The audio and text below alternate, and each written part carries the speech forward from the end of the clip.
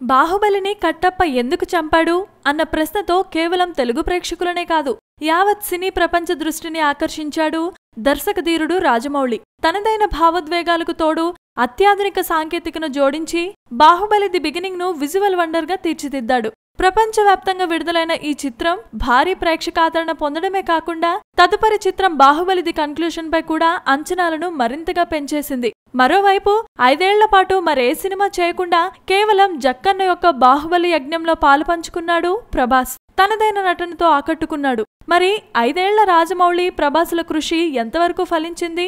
Baahubali the beginning మిగిల్చిన సందేహాలకు సమాధానాలు లభించాయా?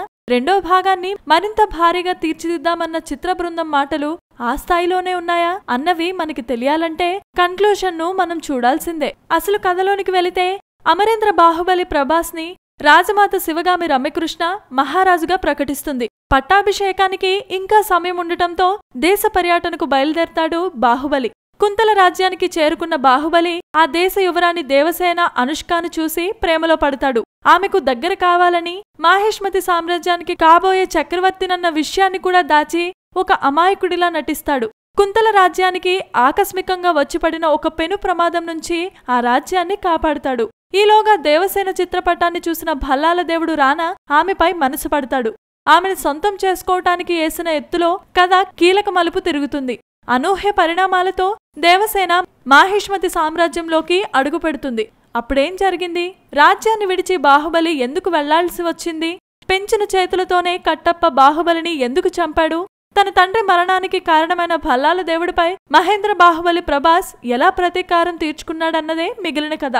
Baahubali 1 visual wonder గా తీర్చిదిద్దాడు రాజమౌళి. దానికి 10 రెట్లు బాహుబలి 2 పై కూడా ప్రత్యేకమైన శ్రద్ధ పెట్టాడు. ప్రతి ఫ్రేమ్లోనూ విజువల్ ఎఫెక్ట్స్ మాయాజాలం కనిపిస్తూ ఉంటుంది. దీంతో పాటు భావోద్వేగాల పరంగా పాత్రలను అంతే స్థాయిలో తీర్చిదిద్దాడు జక్కన్న.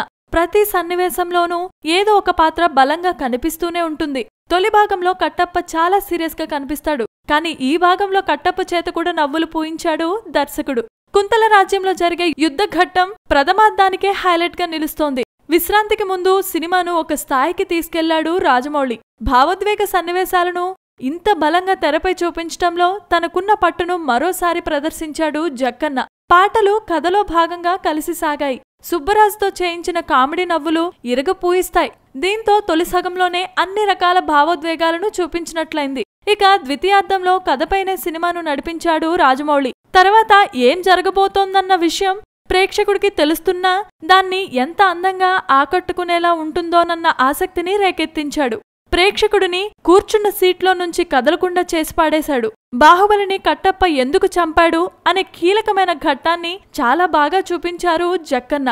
ఈ ప్రశ్నకు సమాధానం ఒక్క ముక్కలో లభించదు. పలు సన్నివేశాల సమాహారంగా కనిపిస్తూ ప్రేక్షకుడికి సంతృప్తినిస్తుంది. పతాక సన్నివేశాల్లో రాజమౌళి తన యుద్ధ నైపుణ్యాన్ని మరోసారి చూపించాడు. సుదీర్ఘంగా సాగే ఈ సన్నివేశాలు రోమాంచితంగా ఉంటాయి. మొత్తానికి బాహుబలి 2 పై సామాన్య ప్రేక్షకుడు ఎన్ని అంచనాలనైతే పెంచుకున్నాడో వాటన్నిటిని నిజం చేస్తూ తెరకెక్కించాడు దర్శక ధీరుడు రాజమౌళి.